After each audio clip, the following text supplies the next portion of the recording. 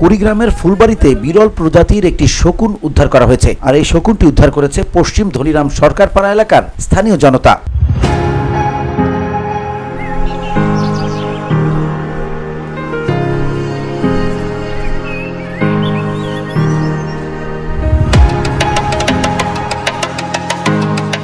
৪ December বৃহস্পতিবার সকাল ১০টার দিকে একটি বাঁশঝাড়ে শকুনটিকে দেখতে পেয়ে আটক করে স্থানীয় জনতা। এই খবর ছড়িয়ে পড়লে দূর দূরান্ত থেকে শত শত উৎসুক জনতা শকুনটিকে দেখতে ছুটে আসেন। তারা বলছেন শকুনটি বর্তমানে অসুস্থ রয়েছে।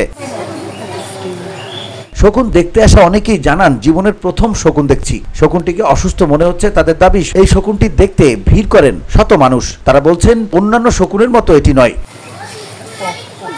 এ ব্যাপারে ফুলবাড়ী উপজেলার ভারপ্রাপ্ত নির্বাহী কর্মকর্তা আনোয়ার হোসেন জানান, শকুনটি উদ্ধার করে চিকিৎসার ব্যবস্থা করা হচ্ছে।